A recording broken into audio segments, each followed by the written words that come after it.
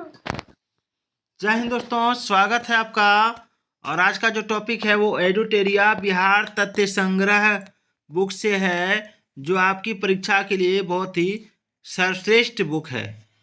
चलिए, तो हम लोग इससे ही आज तैयारी करेंगे। सबसे पहले हम लोग बिहार सामान्य परिचय एक बार देखेंगे, और उसके बाद फिर बिहार का इतिहास, बिहार का भूगोल, बिहार की अर्थव्यवस्था, बिहार में पर्यटन, सारे टॉपिक को हम लोग देखेंगे। फिर बीपीएससी में पूछे गए सवालों का संकलन भी हम लोग देखेंगे। तो चलिए, पहले हम लोग सामान्य परिचय देखते हैं। देखिए, एडुटेरिया बिहार तथ्य संग्रह में सामान्य परिचय हम लोग जो देख रहे हैं उस पर थोड़ा सा हम लोग पढ़ते हैं। इसको क्या दिया है, इसमें लिखा है कि नामकरण जो है 12वीं सदी में बौद्ध विहारों की बहुलता के कारण इस क्षेत्र का नाम बिहार पड़ा, और बौद्ध अनुयायियों के प्रार्थना स्थल को बिहार कहा जाता था। इनमें बौद्ध भिक्षु निवास करते थे। यानी बौद्ध भिक्षु के निवास स्थल को, प्रार्थना स्थल को बिहार कहा जाता था, और इसी से बिहार कहते कहते हमारा जो बिहार है इसका नाम बिहार पड़ गया। चलिए, भौगोलिक स्थिति जो है बिहार का, आइए नक्शे में हम लोग देखते हैं। बिहार जो है उत्तर पूर्व भारत में स्थित है। ठीक है, इसको हम लोग पूरा डिटेल से देखते हैं। यहाँ देख सकते हैं आप। हाँ, देख सकते हैं 83 डिग्री 19 मिनट 50 सेकेंड पूर्वी देशांतर, यहाँ पर आप देख सकते हैं। और 24 डिग्री 20 मिनट 10 सेकेंड उत्तरी अक्षांश, और 27 डिग्री 31 मिनट 15 सेकेंड उत्तरी अक्षांश है। उसके बाद फिर है 68 डिग्री 17 मिनट 40 सेकेंड पूर्वी देशांतर। चलिए, हम लोग आगे बढ़ते हैं। इसमें एक टॉपिक और दिखाते हैं थोड़ा सा।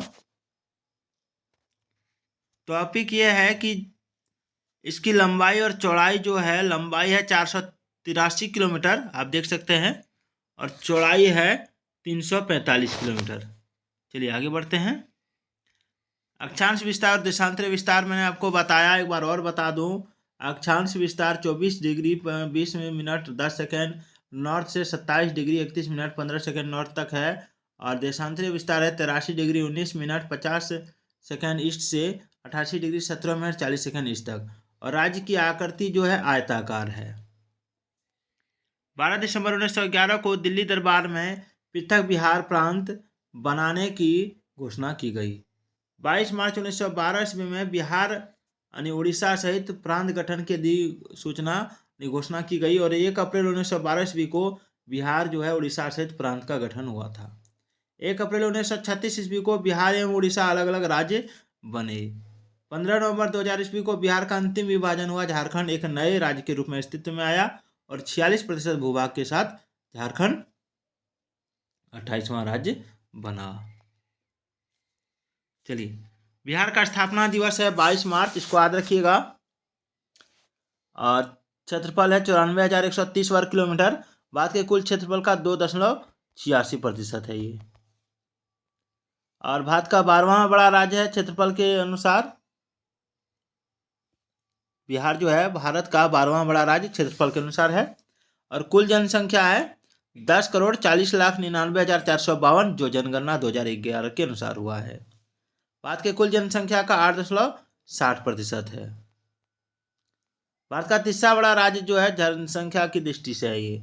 और लंबाई है 345 किलोमीटर, चौड़ाई है 483 किलोमीटर। 345 किलोमीटर उत्तर से दक्षिण है, और 483 किलोमीटर पूर्व से पश्चिम है। समुद्र तल से ऊंचाई 173 फीट यानी 53 मीटर है। औसत वर्षा 112 सेंटीमीटर है। प्रशासनिक विभाजन देखते हैं हम लोग। प्रशासनिक विभाजन में प्रमंडल, यहाँ पर प्रमंडल बिहार में प्रमंडल 9 है, जिला 38 है, 38वां जिला अरवल है, अनुमंडल 101 है, और प्रखंड अंचल जो है 534, पंचायत 8067 है, नगर निगम 19 है, नगर परिषद 88 है, नगर पंचायत 154 है। बिहार की विधायिका देखिए, पुलिस जिला 40 है, 38 जिलों के अतिरिक्त बाघा में नवगछिया पुलिस जिला है। बिहार का विधानमंडल द्विसदनीय है। बिहार विधानसभा में सीटों की संख्या 243 है और विधान परिषद सीटों की संख्या 75 है और लोकसभा सीटों की संख्या 40 है और राज्यसभा सीटों की संख्या 16 है। आगे बढ़ते हैं। विधानसभा में कुल आरक्षित सीटों की संख्या है 40 और अनुसूचित जाति के लिए आरक्षित सीट है 38 और अनुसूचित जनजाति के लिए आरक्षित सीट है 2, कटोरिया में मनिहारी। लोकसभा में अनुसूचित जाति हेतु आरक्षित सीटों की संख्या है 6, जिसमें गोपालगंज, हाजीपुर, समस्तीपुर, जमुई, गया एवं सासाराम है। चलिए, राज्य की चौहदी यानी सीमा अब नीचे कर लेते हैं। उत्तर में नेपाल देश है। नेपाल से बिहार के 7 जिले सीमा साझा करते हैं। पश्चिमी चंपारण, पूर्वी चंपारण, सीतामढ़ी, मधुबनी, सुपौल, अररिया और किशनगंज। और दक्षिण में आपका झारखंड राज्य है। झारखंड के साथ 8 जिले सीमा साझा करते हैं। रोहतास, औरंगाबाद, गया, नवादा, जमुई, बांका, भागलपुर, कटिहार।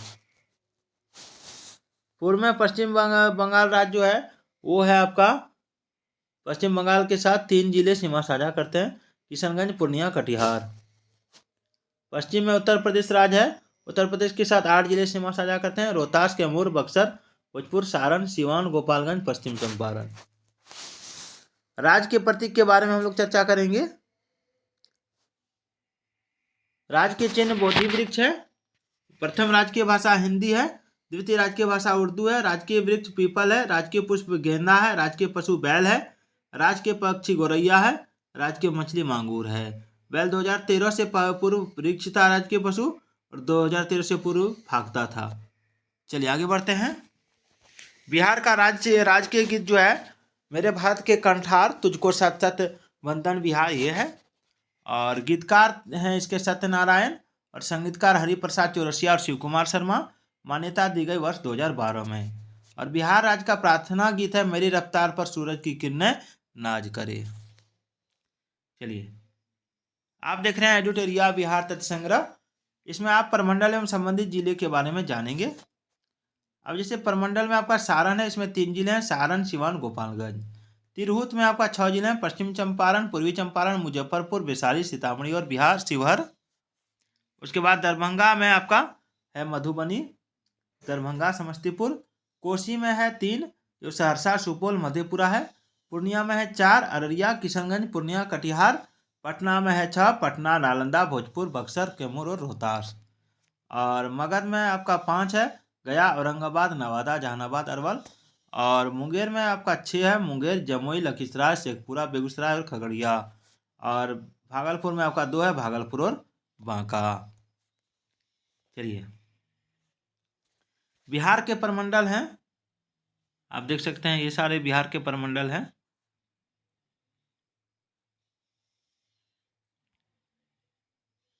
अब हम लोग सामान्य परिचय में प्राचीन बिहार का इतिहास देखेंगे।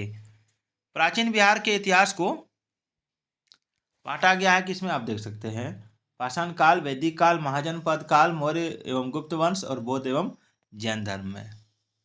तो सबसे पहले प्राचीन बिहार के इतिहास के स्रोत को पढ़ेंगे। प्राचीन बिहार के इतिहास को जानने के लिए 2 प्रकार के स्रोतों का उपयोग किया गया है, पुरातात्विक और साहित्यिक। पुरातात्विक स्रोत जो है पूर्व ऐतिहासिक युग के लिए मुंगेर, चिराद जो सारण में है, चेचर यानी वैशाली, मनेर जो पटना में है, सोनपुर यानी सारण से ताम्र प्रस्तर वस्तुएं और निर्माण प्राप्त हुए हैं। मौर्यकालीन अभिलेख लोरिया, नंदनगढ़, लोरिया अरेराज और रामपुरवा आदि स्थानों से प्राप्त हुए हैं। बराबर की गुफाएं में आ जाइए। आपका बराबर की गुफाएं राजगीर, नालंदा, पाटलिपुत्र, विक्रमशिला से प्राप्त स्मारक और खुदाई से प्राप्त सिक्के, मनके एवं मूर्तियां आदि प्रमुख पुरातात्विक स्रोत हैं। उसके बाद साहित्यिक स्रोत में आ जाइए। रामायण, महाभारत, पुराण, बौद्ध रचनाएं में आ जाइए। अंगुत्तर निकाय, दीर्घ निकाय, विनय पिटक और जैन रचना में भगवती सूत्र आदि प्रमुख साहित्यिक स्रोत हैं। इसके अतिरिक्त आत्रियों के विवरण जैसे मेगास्थनीज का इंडिका, फाहियान का हित सिंह, की यात्रा वृत्तांत है। और कौटिल्य के अर्थशास्त्र एवं स्थानीय लेखकों के विवरण से प्राचीन बिहार के इतिहास की विस्तृत जानकारी मिलती है। चलिए, पाषाण काल में आप देख सकते हैं पूरा पाषाण काल है। इस काल में मानव आखेटक एवं खाद्य संग्राहक था और दक्षिण बिहार में मुंगेर एवं नालंदा से बड़े और खुरदरे पत्थर के कुल्हाड़ी और चाकू खुरपी आदि प्राप्त हुए हैं। ये अवशेष लगभग 1 लाख ईसा पूर्व के हैं। मध्य पाषाण काल में आइए आप। मध्य पाषाण काल, इस काल में मानव आखेटक, खाद्य संग्राहक एवं पशुपालक था। मानव द्वारा पहला पालतू पशु कुत्ता को बनाया गया था। और दक्षिण बिहार में मुंगेर से छोटे आकार के तेज धार वाले औजार प्राप्त हुए हैं और ये अवशेष लगभग 40,000 से 10,000 ईसा पूर्व के हैं। नवपाषाण काल में, इस काल में मानव खाद्य उत्पादक हो गया था और मानव बस्तियों में निवास करने लगा था। नवपाषाण काल के अवशेष बिहार के मैदानी भागों से प्राप्त हुए हैं। चिराद हो गया, चेचर, मनेर, सनवार, ये सारे पत्थर एवं हड्डियों के औजार यहाँ से प्राप्त हुए हैं। और कैमूर की पहाड़ियाँ, नवादा और जमुई से गुफा चित्र प्राप्त हुए हैं और ये अवशेष लगभग 2500 ईसा पूर्व के हैं। ताम्र पाषाण काल में चिराद, सोनपुर, ताराडी, चेचर, मनेर, सनवार आदि से ताम्र पाषाण काल के अवशेष मिले हैं और इस काल में पत्थर के औजार के अतिरिक्त ताम्र उपयोग के प्रमाण मिले हैं और ये अवशेष लगभग 1000 ईसा पूर्व के हैं। वैदिक काल में आइए। आर्यों द्वारा स्थापित सभ्यता को वैदिक सभ्यता कहा गया क्योंकि इस सभ्यता के इतिहास वेदों पर आधारित है।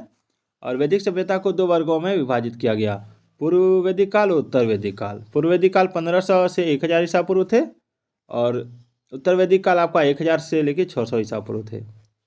और पूर्व वैदिक ऋग्वैदिक सभ्यता का विस्तार बिहार क्षेत्र में नहीं था और उत्तर वैदिक काल में आर्यों का विस्तार गंडक नदी के तट के बिहार के क्षेत्र में हुआ था। चलिए, एडुटेरिया का बिहार तत्व संग्रह आप देख रहे हैं। बिहार के भौगोलिक क्षेत्र की प्रथम चर्चा शतपथ ब्राह्मण लगभग 800 ईसा पूर्व की रचना में मिलती है। इसमें बिहार की चर्चा विदेह के रूप में की गई है जो तिरहुत मिथिला क्षेत्र को दर्शाता है। और ऋग्वेद में बिहार को कीकट एवं व्रात शब्द से संबोधित किया गया है और वराह पुराण में कीकट को अपवित्र देश कहा गया है। महाजनपद काल में देख सकते हैं, इसमें 6ठी शताब्दी ईसा पूर्व में अंगुत्तर निकाय में भगवती सूत्र से 16 महाजनपदों की जानकारी मिलती है और 16 महाजनपदों में 3 महाजनपद का विस्तार क्षेत्र बिहार में था। वज्जी, लिच्छवी, वैशाली, मुजफ्फरपुर क्षेत्र। वज्जी लिच्छवी जो था वैशाली और मुजफ्फरपुर क्षेत्र था और मगध में पटना, गया, नालंदा क्षेत्र था और अंग में भागलपुर और मुंगेर क्षेत्र था। वज्जी संघ महाजनपद जो है इसमें आपका 8 राज्यों का संघ था।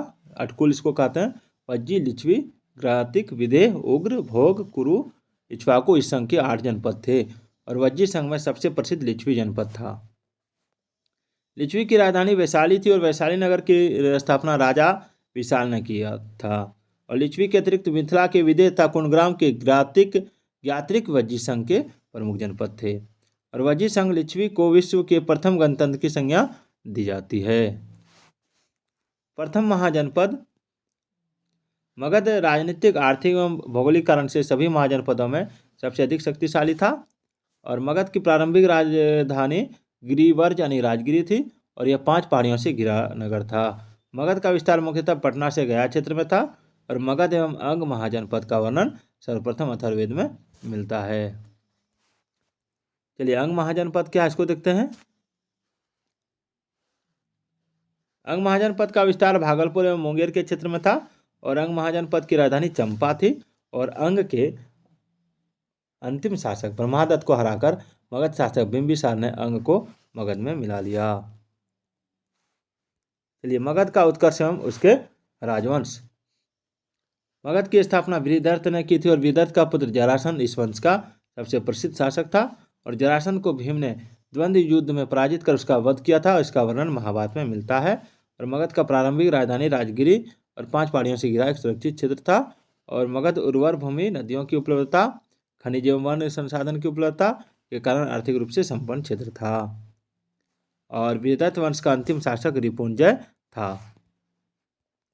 हर्यक वंश में हम लोग चलते हैं। इसमें क्या था, इस वंश की स्थापना बिंबिसार ने 544 ईसा पूर्व में की और बिंबिसार को मगध का वास्तविक संस्थापक माना जाता है।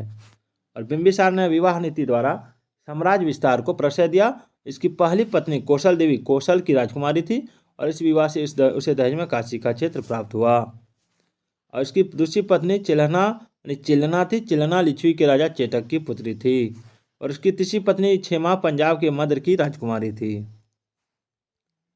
बिंबिसार ने अवंती के शासक चंद्र प्रदोत के साथ मैत्री संबंध बनाया। एक मिनट। हाँ। और बिंबिसार ने चंद्र प्रदोत के उपचार के लिए अपने राजवेद जीवक को भेजा था। और बिंबिसार की हत्या 492 ईसा पूर्व में उसके पुत्र अजातशत्रु ने कर दी। और अजातशत्रु बिंबिसार के बाद हर्यवंश का शासक बना। उसका वास्तविक नाम कुनिक था। बिंबिसार एवं कौशल देवी की मृत्यु के बाद कौशल के राजा प्रसन्नजीत ने काशी वापस ले लिया, जिस कारण प्रसन्नजीत का संघर्ष अजातशत्रु से हुआ। और अंततः अजातशत्रु ने प्रसन्नजीत को पराजित कर काशी पर अधिकार कर लिया। चलिए, बाद में अजातशत्रु का विवाह प्रसन्नजीत की पुत्री वाजिरा से हो गया। और अजातशत्रु ने वज्जी संघ एवं मल्लों को पराजित किया। अजातशत्रु प्रारंभ में जैन धर्म को मानता था, बाद में उसने बौद्ध धर्म को अपना लिया। और अजातशत्रु ने 483 ईसा पूर्व में राजगिरी की सप्तपर्णी गुफा में प्रथम बौद्ध संगीति का आयोजन करवाया। और सिंहल अनुसूची के अनुसार 460 ईसा पूर्व में उदयन ने अपने पिता अजातशत्रु की हत्या कर दी। उसके बाद आप चले आइए, उदयन या उदयन ने अपनी राजधानी राजगिरी से पाटलिपुत्र स्थानांतरित किया। और उदयन के 3 पुत्र थे, अनिरुद्ध, मुंडक एवं नागदशक। नागदशक इस वंश का अंतिम शासक था। हम लोग देखेंगे शिशुनाग वंश। 412 से 344 ईसा पूर्व था। शिशुनाग ने हर्यक वंश की जगह शिशुनाग वंश की स्थापना की। शिशुनाग ने वैशाली को राजधानी बनाया। शिशुनाग ने अवंती के राजा अवंतीवर्धन को पराजित कर अवंती को मगध में मिला लिया। इसके अतिरिक्त शिशुनाग ने वत्स एवं कौशाम्बी को भी मगध में शामिल कर लिया। और 394 ईसा पूर्व में शिशुनाग की मृत्यु के बाद कलाशोक मगध का शासक बना और पुराणों में से काकवर्ण कहा गया है। कालाशोक के समय मगध की राजधानी पाटलिपुत्र हो गई। और कालाशोक ने 383 ईसा पूर्व में वैशाली में द्वितीय बौद्ध संगीति का आयोजन कराया। और कालाशोक की मृत्यु के बाद उसके 10 पुत्रों ने शासन चलाया। शिशुनाग वंश का अंतिम शासक नंदीवर्धन था। चलिए, नंद वंश 344 से 321 ईसा पूर्व में महापद्मनंद ने 344 ईसा पूर्व में शिशुनाग वंश को समाप्त कर नंद वंश की स्थापना की। और महापद्मनंद ने एक राट अथवा एक क्षेत्र की उपाधि धारण की। और पाली ग्रंथों में महापद्मनंद को उग्रसेन कहा गया है। और पुराणों में से उसे परशुराम का दूसरा अवतार बताया गया है। महापद्मनंद ने पांचाल, एक मिनट,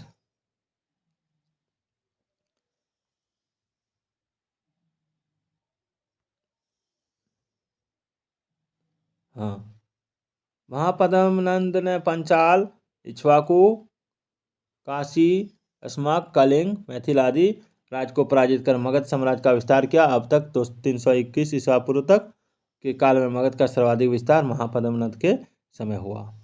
व्याकरण के महान विद्वान पाणिनि महापद्मनंद के समकालीन थे। और इस वंश का अंतिम शासक घनानंद हुआ। और घनानंद के समय ही यूनानी शासक सिकंदर ने भारत पर आक्रमण किया 326 ईसा पूर्व में।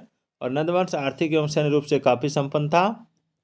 और मगध की सैन्य शक्ति जो है, शक्ति के डर से सिकंदर की सेना ने व्यास नदी पार करने से इनकार कर दिया था। और घनानंद ने अपने दरबार में विद्वान ब्राह्मण चाणक्य का अपमान किया था। चाणक्य ने चंद्रगुप्त मौर्य की सहायता से घनानंद की हत्या करवा दी। और नंद वंश के पतन के बाद चंद्रगुप्त मौर्य के नेतृत्व में मौर्य वंश की स्थापना हुई। उसके बाद आगे बढ़ते हैं, मौर्य वंश। चंद्रगुप्त मौर्य 321 से 298 ईसा पूर्व। जस्टिन एवं स्ट्रेबो ने चंद्रगुप्त मौर्य को सेंडोकोटस कहा, जिसकी पुष्टि विलियम जोन्स ने भी की। और प्लूटार्क एवं एरियन ने चंद्रगुप्त मौर्य को एंड्रोकोटस के रूप में चिन्हित किया है। और चंद्रगुप्त मौर्य के गुरु चाणक्य थे, उन्हीं की सहायता से चंद्रगुप्त ने 321 ईसा पूर्व में मौर्य वंश की स्थापना की। चंद्रगुप्त मौर्य ने 305 ईसा पूर्व में सिकंदर के उत्तराधिकारी सेल्यूकस निकेटर के साथ युद्ध किया। और युद्ध पश्चात हुई संधि में चंद्रगुप्त को काबुल, कांधार, मकरान एवं हेरात का क्षेत्र प्राप्त हुआ। और बदले में चंद्रगुप्त ने सेल्यूकस को 500 हाथी उपहार में दिए। युद्ध पश्चात चंद्रगुप्त मौर्य का विवाह यूनानी राजकुमारी हेलन कार्नेलिया से यानी सेल्यूकस की पुत्री से हुआ। और सेल्यूकस ने चंद्रगुप्त मौर्य के दरबार में राजदूत मेगास्थनीज को भेजा। और मेगास्थनीज ने इंडिका की रचना की। चंद्रगुप्त मौर्य के साम्राज्य का विस्तार उत्तर में हिंदुकुश पर्वत, ईरान तक, दक्षिण में कर्नाटक तक तथा पश्चिम में सौराष्ट्र तक विस्तृत था। और चंद्रगुप्त मौर्य के शासन के अंतिम वर्षों में मगध में 12 वर्षों का भीषण अकाल पड़ा और चंद्रगुप्त मौर्य अपनी राजगद्दी त्याग कर श्रवण बेलगोला यानी कर्नाटक में चंद्रगिरी पर्वत पर तपस्या करने चला गया। और चंद्रगुप्त मौर्य जैन धर्म को मानता था। 298 ईसा पूर्व में उसने जैन उपवास पद्धति संलेखना द्वारा अपने प्राण त्याग दिए। अब बिंदुसार के बारे में पढ़ेंगे। आप एडुटेरिया बिहार तथ्य संग्रह देख रहे हैं। बिंदुसार 298 से 272 ईसा पूर्व। बिंदुसार चंद्रगुप्त मौर्य का उत्तराधिकारी था और उसे अमित्रघात सिंहसैन आदि नाम भी दिया गया। स्ट्रेबो के अनुसार सीरिया के राजा एंटियोकस ने डायमेकस नामक राजदूत की बिंदुसार के दरबार में भेजा था। और बिंदुसार के दरबार में मिस्र के राजा टोलमी फिलडाल्फस ने डायनोसियस नामक राजदूत भेजा था। और बिंदुसार ने तक्षशिला में हुए विद्रोह को दबाने के लिए अपने पुत्र अशोक को भेजा था। और बिंदुसार आजीवक संप्रदाय का अनुयायी था। अशोक के बारे में जानेंगे। बिंदुसार की मृत्यु के 4 वर्ष बाद अशोक मौर्य वंश की गद्दी पर बैठा और इससे पूर्व उज्जैन का राज्यपाल था। पुराणों में अशोक को अशोक वर्धन कहा गया है। मास्की एवं गुर्जरा के अभिलेख में उसे अशोक कहा गया है। सिंहल अनुश्रुति यानी बौद्ध ग्रंथ के अनुसार अशोक ने अपने 99 भाइयों की हत्या कर गद्दी प्राप्त की। हालांकि अन्य स्रोतों से इसकी पुष्टि नहीं होती है। अशोक ने अपने शासन के 9वें वर्ष में कलिंग युद्ध किया तो 261 ईसा पूर्व और कलिंग को मगध में सम्मिलित किया। अशोक के 13वें शिलालेख में कलिंग युद्ध का वर्णन है। और कलिंग युद्ध के बाद अशोक ने बौद्ध धर्म को अपनाया। उससे पूर्व शैव धर्म को मानता था। और दिव्यावदान के अनुसार उपगुप्त ने अशोक को बौद्ध धर्म की दीक्षा दी। अशोक के शासन के महत्वपूर्ण वर्ष थे आपका 9वें वर्ष में कलिंग युद्ध, 10वें वर्ष में बोध गया की यात्रा, 12वें वर्ष में निगाली सागर की यात्रा, 13वें वर्ष में धम्म का शिलालेखों में अंकन, 14वें वर्ष में धम्म महामात्राओं की नियुक्ति और 20वें वर्ष में लुम्बिनी की यात्रा अशोक ने घटाकर 1/8 कर दिया। अशोक ने बौद्ध धर्म के प्रचार के लिए अपने पुत्र महेंद्र एवं सुपुत्री संघमित्रा को श्रीलंका भेजा। अशोक ने तीसरी बौद्ध संगति का आयोजन पाटलिपुत्र में करवाया। अशोक ने लगभग 37 वर्षों तक शासन किया। उसकी मृत्यु 232 ईसा पूर्व में हो गई। और अशोक के बाद उसके 10 उत्तराधिकारियों ने शासन किया। और ये उत्तराधिकारी थे आपका कुणाल, बंधुपालित, इंद्रपालित, दर्शन, दशरथ, संप्रति, शालिशुक, देवोधार्मन, शतधनुष एवं बृहदर्थ। और मौर्य वंश का अंतिम शासक बृहदर्थ था। और मौर्य वंश का शासनकाल 137 वर्षों तक था। अब टॉपिक है बौद्ध धर्म एवं जैन धर्म। बौद्ध धर्म के संस्थापक थे गौतम बुद्ध। इनका जन्म 563 ईसा पूर्व में लुम्बिनी नेपाल में हुआ था। और उन्हें शाक्य मुनि एवं लाइट ऑफ एशिया का ज्योतिपुंज के नाम से भी जाना जाता है। 1 मिनट में लाइन में रहिएगा आप लोग। हाँ चलिए। उनके बचपन का नाम सिद्धार्थ था। और उनके पिता का नाम शुद्धोदन था। उनकी माता का नाम महामाया देवी थी। सौतेली माया मौसी का नाम प्रजापति गौतमी था। और उनकी पत्नी का नाम यशोधरा, जो 16 वर्ष की आयु में विवाह किया था। उनकी पुत्र का नाम राहुल था। और बुद्ध ने 4 दृश्य देखे थे: बूढ़ा व्यक्ति, बीमार व्यक्ति, एक शव, एक सन्यासी। उन्होंने 29 वर्ष की आयु में गृह त्याग कर सन्यास को अपना लिया। और 6 वर्ष की तपस्या के बाद 35 वर्ष की आयु में उन्हें ज्ञान की प्राप्ति हुई। उसके बाद उन्हें तथागत एवं बुद्ध कहा गया। चलिए, उन्हें ज्ञान की प्राप्ति वैशाख पूर्णिमा को पीपल वृक्ष के नीचे निरंजना यानी फल्गु नदी के तट पर बोध गया में हुई। और बौद्ध धर्म के 4 आर्य सत्य थे: दुख यानी संसार दुखमय है, दुख समुदाय यानी दुख का कारण तृष्णा है, दुख निरोध यानी दुख निवारण हेतु तृष्णा पर विजय आवश्यक है, और दुख निरोध मार्ग यानी दुख निवारण हेतु अष्टांगिक मार्ग आवश्यक है। बौद्ध धर्म का अष्टांगिक मार्ग क्या था सो देखिए। बौद्ध धर्म का अष्टांगिक मार्ग था सम्यक दृष्टि, सम्यक संकल्प, सम्यक वाक, सम्यक कर्म, सम्यक आजीव, सम्यक व्यायाम, सम्यक स्मृति और सम्यक समाधि। बौद्ध धर्म के त्रिरत्न थे बुद्ध, धम्म और संघ। और बुद्ध ने किस मार्ग का प्रतिपादन किया? तो मध्यम मार्ग का। और बुद्ध ने अपने उपदेश किस भाषा में दिए? पाली में। और बुद्ध ने अपना पहला उपदेश सारनाथ में दिया था। और बुद्ध ने सर्वाधिक उपदेश कौशल की राजधानी श्रावस्ती में दिए थे। और बुद्ध की मृत्यु 483 ईसा पूर्व में कुशीनगर यानी मल्ल में 80 वर्ष की आयु में हुई। बुद्ध के प्रथम गुरु अलार कलाम तथा द्वितीय गुरु रुद्रक रामपुत थे। और बौद्ध धर्म के 10 शील यानी आचरण थे: सत्य, अहिंसा, असत्य, अपरिग्रह, ब्रह्मचार्य, नृत्य गायन का त्याग, असमय भोजन का त्याग, कोमल सैया का त्याग, श्रृंगार प्रसाधनों का त्याग, मद्य से सेवन नहीं करना। बुद्ध के जीवन के घटनाक्रम एवं उसके प्रतीक। जन्म था इनका, एक मिनट,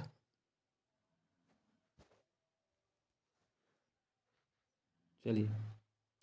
जन्म, घटना, प्रतीक कमल, यानी कमल जो है जन्म होता है तो प्रतीक कमल था। ओवन यानी साण, महाभिनिष्क्रमण यानी गृहत्याग यानी घोड़ा, संबोधि यानी ज्ञान प्राप्ति यानी पीपल यानी बोधि वृक्ष, महापरिनिर्वाण यानी मृत्यु यानी पश्चिम स्तूप, धर्म चक्र प्रवर्तन यानी प्रथम उपदेश चक्र। बौद्ध धर्म चौथी बौद्ध संगति के उपरांत 2 भागों में विभाजित हो गया: हीनयान परिवर्तन विरोधी, महायान परिवर्तन समर्थक। 8वीं सदी में बौद्ध धर्म के आडंबर वाली शाखा वज्रयान का विकास हुआ। चलिए, बौद्ध धर्म के त्रिपिटक आप देख सकते हैं: सूत पिटक, विनय पिटक, अभिधम पिटक। बुद्धों के उपदेश का संकलन सबसे बृहत पिटक जिसका संकलन आनंद ने किया। और ये विनय पिटक सबसे लघुतम पिटक जिसका संकलन उपालि ने किया। और अभिधम पिटक बुद्ध के दार्शनिक विचार का संकलन इसमें, इस पिटक का संकलन मोगलीपुत्र तिस्स ने किया। बौद्ध संगति यानी सभा प्रथम हुआ था 483 ईसा पूर्व में, द्वितीय हुआ था 383 ईसा पूर्व में, तृतीय 251 ईसा पूर्व में और चतुर्थ ईस्वी की प्रथम शताब्दी में। और प्रथम राजगिरी अजातशत्रु शासक थे और अध्यक्ष महाकश्यप थे। सूत पिटक, विनय पिटक की रचना इसमें हुई थी। और द्वितीय हुआ था वैशाली कालाशोक, इसके शासक थे और सभाकर्मी उस समय इसका अध्यक्ष था। और तृतीय पाटलिपुत्र में हुआ था, अशोक थे उस समय शासक और मोगली पुत्र तीसरे, और आप देख सकते हैं इसको। और चतुर्थ कुंडलवन कश्मीर में हुआ था, कनिष्क था इसका शासक और अध्यक्ष वसुमित्र और अशोक थे। महायान एवं हीनयान में विभाजन हुआ था बौद्ध धर्म। बौद्ध धर्म का परम लक्ष्य है निर्वाण की प्राप्ति। बुद्ध के पुनर्जन्म की कथा जो है जातक कथा में मिलती है। चैत्य बुद्ध धर्म का पूजा घर और स्तूप बौद्ध धर्म के पवित्र अवशेषों का संग्रहण स्थल और विहार बौद्ध वृक्षों का निवास स्थान। लाइन पे बने रहिएगा, एक मिनट। तो दोस्तों वीडियो लंबी बनी है तो जैन धर्म के बारे में मैं कल आपको बताऊंगा। तो आज का ये वीडियो आपको कैसा लगा कमेंट करके जरूर बताइएगा। तो फिर मिलते हैं अगले वीडियो में, तब तक के लिए जय हिंद, जय भारत।